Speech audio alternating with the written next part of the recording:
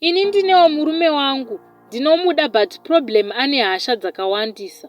Tikanetsana anotondiudza kuti ndinokuuraya, kahobo kaanotondidzipa kana kurova zvibhakera muhuro zvekuti ndinotoita kana wiki ndisingagoni kana kucheuka. Ndakamboedza kumbonobatsirwa naye asi chenji chaiyo hapana. Ndinomboita pfungwa dzekumusiya nekutyira upenyu, asi mwoyo wangu unoramba nekuti ndinomuda.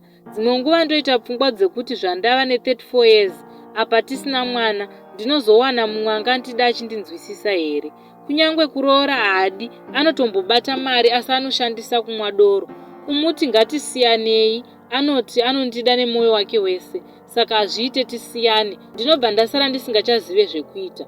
Kune vakambopindawo marelationship avairohwa nekukuvadzwa, ndokumbirawo advice kuti munhu anosvika pakuchinja here, uye kune vanobatsira vanozvipedza here kuti munhu asaite hasha dzekurova, nekuti iye zvino ndinotomutya chero akanditadzira chipi handikwanise kumuudza nekuti handizive pamwe anozotsamwa ndikarohwa.